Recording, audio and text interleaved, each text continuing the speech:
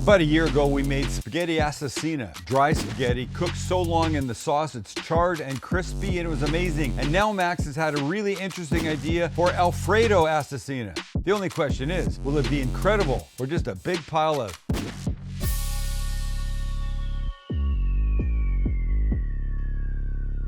This, ladies and gentlemen, is what you call an experiment. Absolutely. It's a test of our cooking ability. It's a test of the emergency cooking system. This is the emergency cooking broadcast system. This is a test. Remain calm. Sam might fuck this up. Here's what we do. We're going to make an Alfredo sauce. Pretty basic one. Then we'll start the way the proper spaghetti assassina works. Oil, chili flakes in a pan, they get hot and bubbly. Dry spaghetti goes in. But instead of adding tomato sauce, we'll be adding the Alfredo sauce. And you cook it long enough until the spaghetti is tender and al dente and edible. And I don't know what's gonna happen with the cream. We're gonna find out.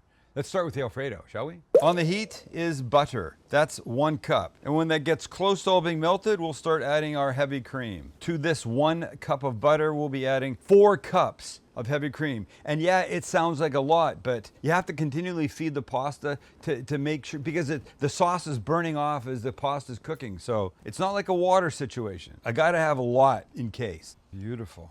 Look at that milky, buttery bath. What am I getting in that? It'd be great for your skin, wouldn't you think? Okay, Kramer. All right. Yeah. And we want this to bubble away, but let's add more cream. Oh boy.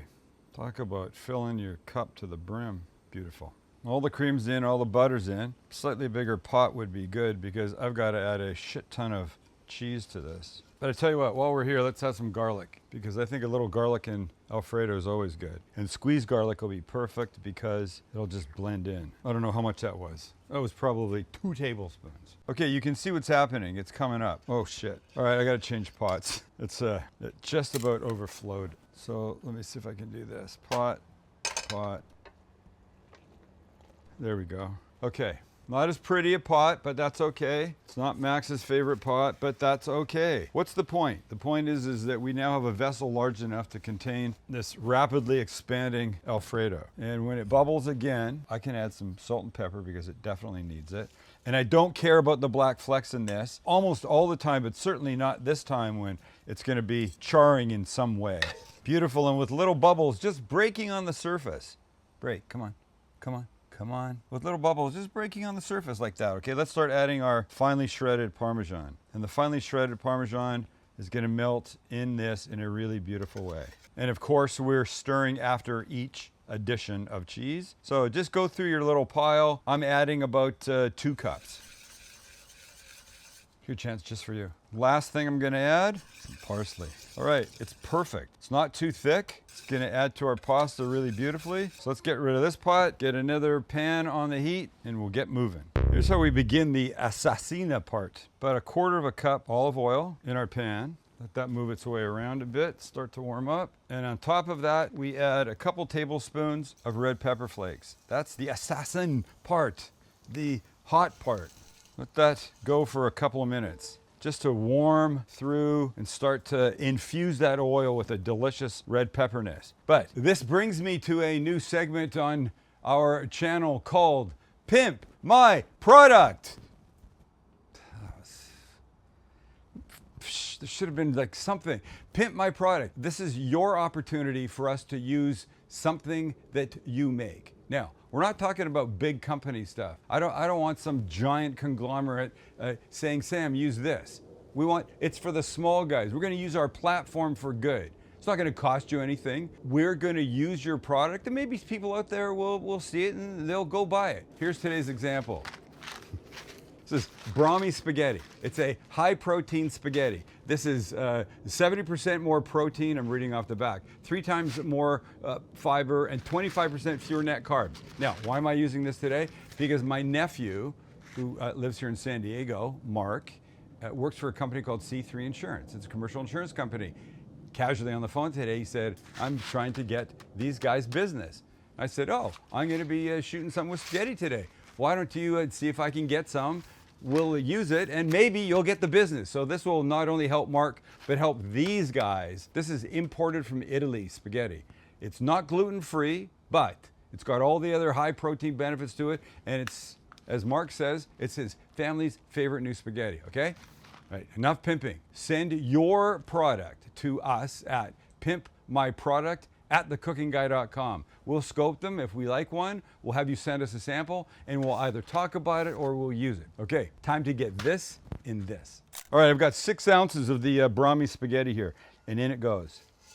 Ow, that hurt my finger. Now, what's our goal? Our goal is to get it all covered in this oil. Give this 2 minutes to get it covered. We want the oil on all of it. And then we will start introducing our Alfredo. And honestly, there's no way of knowing if this turns out the same way the tomato-based version of the Assassina turns out. But it's gonna be fun, isn't it, Max? Yes. It's a good idea. That's straight out of the box thinking, which apparently I stopped doing a few years ago. I'm so old. I can only think in the box. Mark said, I bet you I could get you some of the Brami spaghetti for you to use. And I said, that would be great, as long as they're okay with us using it in a complete experiment that may or may not work. Okay, this is good. Good, I'm liking what's happening here. Don't rush this part. 2 minutes. Try and keep all the strands in. So just as your pasta strands are starting to get lightly toasted like this, we're coming in with some of our Alfredo. Yes. Now remember, we're dealing with dry spaghetti, so it has to cook. I'm not putting it all in yet. Gently move it back and forth. Try and keep them all in a row if you can. I think it'll just make life easier. It certainly did when we did the tomato-based version. Max, I'm liking the idea so far. Now, if you haven't seen the Assassina, you should go see it. But what happens is it chars. Literally gets all black and beautiful. I don't know what's happening here. I am glad I added the parsley because I'm loving the green fleck. So I'm going to give this a couple minutes to cook, and what's going to happen in that couple minutes is we're going to lose some of this liquid that we will replenish again as we go. It smells amazing, actually. I could turn it up higher, but I do not want to. I'm not rushing this.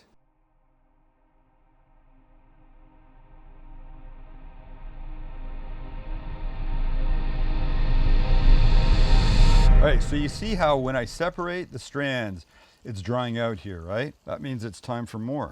So let's throw another couple ladles in. And that's the plan. We just keep going. As it dries, you add more until you get to the point where the pasta is al dente, just like it would be if it came out of the pot. And by the way, this Brami, high protein, cooks in the same time non-high protein would. This is gonna be fun, Max. I'm liking this. Well, here's what's happening. The Alfredo sauce is breaking. And this means it's separating the butter from the cheesy oils and all that kind of stuff. It's not attractive. Will it affect its taste? Yes. On some levels, yes, probably. Max just tasted it and said it was delicious. It's not quite al dente yet, so I'm gonna add some more of our sauce. We'll give it some love, and we'll give it another couple of minutes, and then we'll plate it. And if it's ugly, it's ugly. But listen, the worst thing that happens in a kitchen when you're cooking and something goes wrong is you get to eat your mistakes. And I don't think that's a terrible thing.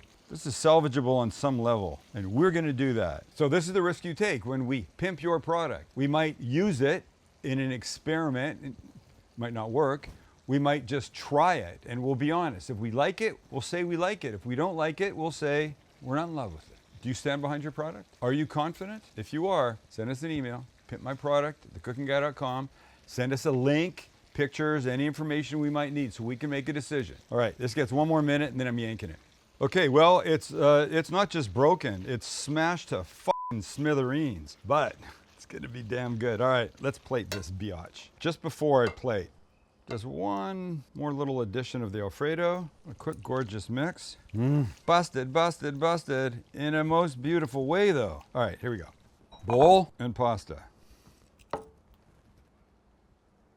Bowl, a little bit more pasta, dripping with butter. Wait for it. A little more Parmesan, and that. Ladies and gentlemen, I present broken fettuccine Alfredo Assassina. Well, this part looks pretty good. Smell, it's got a whole different aroma than regular Alfredo. It's about, oh God, wait. It's about 10 times richer in the craziest way. Wow, this is insane. No, look, the broken part, the butter separating all that. No, it's not that attractive. But when you get to the taste, it's really good. And I know that Italian proper Italian chefs, there's one guy that's already bitched me out for something I've done. He'll have a look at this and he'll say shit about me, and that's fine. I don't care. Fettuccine assassina, I say give it a whirl. Unless your Italian side will hate you for it, but your mouth will love you.